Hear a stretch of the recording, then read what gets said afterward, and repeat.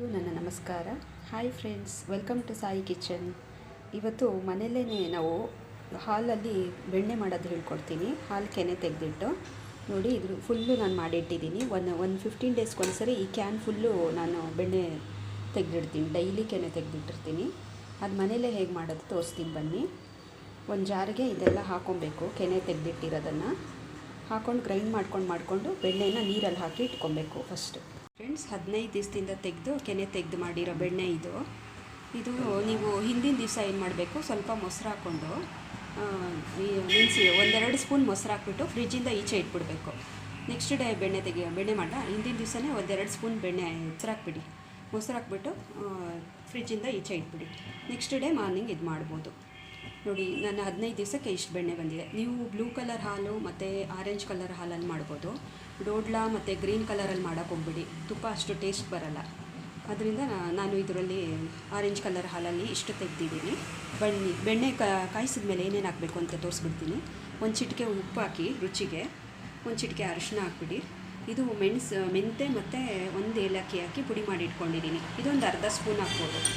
ಆಮೇಲೆ ಲಾಸ್ಟಲ್ಲಿ ನೀವು ಒಂದು ವಿಳೆದೆಲೆ ಹಾಕ್ಬೋದು. ತುಪ್ಪ ಕಾಯಿದ ಮೇಲೆ ಇದು ಘಮ ಅಂತ ಸ್ಮೆಲ್ ಬರ್ತಾ ಇರುತ್ತೆ. ತುಪ್ಪ ನಾವು ತಿನ್ನೋತ್ತಿಗೆ ತುಂಬ ವಾಸನೆ ಘಮ ಪರಿಮಳ ಬರೋಕ್ಕೋಸ್ಕರ ಮೆಂತೆ ಮತ್ತು ಇದು ವಿಳೆದೆಲೆ ಹಾಕಬೇಕು. ಇವಾಗ ಬೆಣ್ಣೆ ಕಾಯಿಸೋಣವಾ? ಈಗ ಬೆಣ್ಣೆ ಹಾಕ್ತಾಯಿದ್ದೀನಿ. ಇದಕ್ಕೆ ಈ ಬೆಣ್ಣೆ ಎಲ್ಲ ಕರಗಬೇಕು, ಚೆನ್ನಾಗಿ ಕುದಿಯಂಗೆ ಹಾಕಬೇಕು.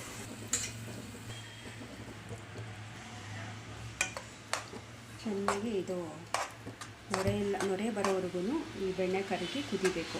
ಅಲ್ಲಿವರೆಗೂ ಚೆನ್ನಾಗಿ ಕಾಯಿಸಿ. ಹಿಂದೆ ಎಲ್ಲ ಮಡಕೆ ಇಟ್ಕೊಂಡು ಅದಕ್ಕೊಂದು ಕೋಲು ಹಾಕಿ ಹಗ್ಗದಲ್ಲಿ ಕಡಿಯೋರು. ಆಮೇಲೆ ನಮ್ಮ ಅಮ್ಮನ ಕಾಲದಲ್ಲಿ ಒಂದು ಬಾಟ್ಲಿ ಇಟ್ಕೊಂಡ್ಬಿಡೋರು, ಅದರಲ್ಲಿ ಹಾಕ್ಬಿಟ್ಟು ಕೂತಲ್ಲಿ ನಿಂತ ಶೇಕ್ ಮಾಡ್ತಾ ಕೂತ್ಕೊಂಡ್ಬಿಡೋರು. ಈಗಿನವರೆಲ್ಲ ಈ ಥರ ಮಿಕ್ಸಿಗೆ ಹಾಕೋದು, ಜಾರ್ಗೆ ಹಾಕ್ಬಿಟ್ಟು ಆನ್ ಆ್ಯಂಡ್ ಆಫ್ ಮಾಡ್ತಾಯಿದ್ರೆ ಈಸಿಯಾಗಿ ಬೆಣ್ಣೆ ತೆಗಿಬೋದು. ನೋಡಿ, ಎಷ್ಟು ಈಸಿಯಾಗಿ ಎಷ್ಟು ಬೆಣ್ಣೆ ತೆಗ್ದಿದ್ದೀನಿ ಅಂತ. ನೀವು ಈ ಥರ ಟ್ರೈ ಮಾಡಿ. ಕೆನೆ ಎಲ್ಲ ವೇಸ್ಟ್ ಮಾಡೋ ಬದಲು ಕೆನೆ ಎಲ್ಲ ತೆಗೆದಿಟ್ಟು, ಯಾರು ಕೆನೆ ಇಷ್ಟಪಡಲ್ಲ ತಿನ್ನೋಕ್ಕೆ, ಅದನ್ನು ಒಂದು ಬಾಟ್ಲಲ್ಲಿ ಹಾಕಿ ಸ್ಟೋರ್ ಮಾಡ್ತಾ ಇಡಿ ಫ್ರಿಜ್ಜಲ್ಲಿ ಡೈಲಿ. ಒಂದು 15 ಡೇಸ್ಗೆ ಒನ್ಸು ಈ ಥರ ಮಿಕ್ಸಿಗೆ ಹಾಕ್ಬಿಟ್ಟು ಗ್ರೈಂಡ್ ಮಾಡ್ಕೊಂಡ್ಬಿಟ್ಟು ಬೆಣ್ಣೆ ತೆಗೆದು ಈ ಥರ ತುಪ್ಪ ಕಾಯಿಸ್ಕೊಳ್ಳಿ. ಮನೆಯಲ್ಲೇ ಮಾಡೋ ತುಪ್ಪ ಇಷ್ಟು ಟೇಸ್ಟಾಗಿರುತ್ತೆ ಗೊತ್ತಾ. ನೋಡಿ ಫ್ರೆಂಡ್ಸ್, ಈಗ ಬೆಣ್ಣೆ ಕುದೀತಾ ಇದೆ. ಈಗ ನಾನು ಒಂದು ಚಿಟಿಕೆ ಉಪ್ಪು ಹಾಕ್ತೀನಿ, ಒಂದು ಪಿಂಚ್ ಅಷ್ಟು ಹಾಕಿ, ಇಷ್ಟೇ ಹಾಕಿ ರುಚಿಗೆ ಅದು. ಮತ್ತು ಒಂದು ಚಿಟಿಕೆ ಅರಿಶಿನ ಪುಡಿ ಹಾಕ್ತಾಯಿದ್ದೀನಿ, ಕಲ್ಲರಿಗೋಸ್ಕರ. ಇದು ನ್ಯಾಚುರಲ್ ಕಲರ್ ಇರುತ್ತೆ, ಅಂದರೂ ಒಂದು ಚಿಟಿಕೆ ಅರಿಶಿನ ಹಾಕಿದ್ರೆ ಚೆನ್ನಾಗಿರುತ್ತೆ ಅಂತ. ಒಂದು ಚಿಟಿಕೆ ಅರಿಶಿನ. ಆಮೇಲೆ ಮೆಂತೆ ಫ್ರೈ ಮಾಡಿ ಪುಡಿ ಮಾಡಿ ಇಟ್ಕೊಂಡಿದ್ನಲ್ಲ, ಮೆಂತೆ ಏಲಕ್ಕಿ, ಅದನ್ನು ಅರ್ಧ ಸ್ಪೂನ್ ಹಾಕ್ತಾಯಿದ್ದೀನಿ. ಇದು ಘಮ ಅಂತ ಪರಿಮಳಕ್ಕೋಸ್ಕರ. ಇದು ಮೆಂತೆ ಮತ್ತು ಏಲಕ್ಕಿ ಪುಡಿ ಅರ್ಧ ಸ್ಪೂನು. ನೋಡಿ, ಫುಲ್ಲು ನೊರೆ ಬರ್ತಾಯಿದೆ. ಇದು ಫುಲ್ಲು ನೊರೆ ಈ ನೊರೆ ಎಲ್ಲ ಕಮ್ಮಿಯಾಗಿ ಅದು ಫುಲ್ಲು ತೆಳ್ಳಗೆ ಕಾಣಿಸುತ್ತೆ, ನೀರಂಗೆ ಕಾಣಿಸುತ್ತೆ. ಆವಾಗ ತುಪ್ಪ ಆಗಿದೆ ಅಂತ ಅರ್ಥ. ಆವಾಗ ಸ್ಟವ್ ಆಫ್ ಮಾಡಿಬಿಡ್ಬೇಕು. ಫುಲ್ಲು ನೊರೆ ಕಮ್ಮಿ ಆಗಿಬಿಟ್ಟು ನೀರಂಗೆ ಆಗುತ್ತೆ. ಆವಾಗ ನೀರು ಚುಮ್ಕಿಸಿ ನೋಡಬೇಕು. ನೀರು ಥರ ಕಾಣುತ್ತಲ್ಲ, ಆವಾಗ ಒಂದು ಸುಮ್ಮನೆ ಕೈಯಲ್ಲಿ ಒಂಚೂರು ನೀರು ಚುಮ್ಕಿಸಿ ನೋಡಿದ್ರೆ ತುಪ್ಪ ಆಗಿದೆ ಅಂತ ರೆಡಿಯಾಗಿದೆ ಅಂತ ಅರ್ಥ. ನೋಡಿ, ಇವಾಗ ನೀರು ಚುಮ್ಕಿಸ್ತಾ ಇದ್ದೀನಿ. ಪಟ ಅಂತ ಉದುರ್ತಾ ಇದೆ. ಈಗ ಲಾಸ್ಟಲ್ಲಿ ಒಂದು ವಿಳೆದೆಲೆ ಹಾಕ್ಬಿಡಿ.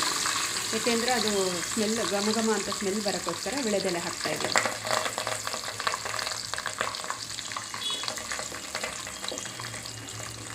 ನೋಡಿದ್ರಲ್ಲ ಫ್ರೆಂಡ್ಸ್, ಎಷ್ಟು ಈಸಿಯಾಗಿ ಮನೆಯಲ್ಲೇ ತುಪ್ಪ ಮಾಡ್ಕೊಬೋದು ಕೆನೆ ತೆಗೆದಿಟ್ಟು. ನೀವು ಈ ಥರ ಟ್ರೈ ಮಾಡಿ. ಕೆನೆ ವೇಸ್ಟ್ ಮಾಡೋ ಬದಲು ಈ ಥರ ನೀವು ಮನೆಯಲ್ಲೇ ಮಾಡ್ಕೊಳ್ಳಿ. ಆರೋಗ್ಯಕ್ಕೂ ಒಳ್ಳೆಯದು. ಮನೆಯಲ್ಲೇ ಮಾಡ್ಕೊಳ್ಳೋ ತುಪ್ಪ ತುಂಬ ಟೇಸ್ಟಿಯಾಗಿರುತ್ತೆ. ಇವತ್ತು ವಿಡಿಯೋ ವಾಚ್ ಮಾಡಿದ್ದಕ್ಕೆ ಥ್ಯಾಂಕ್ ಯು.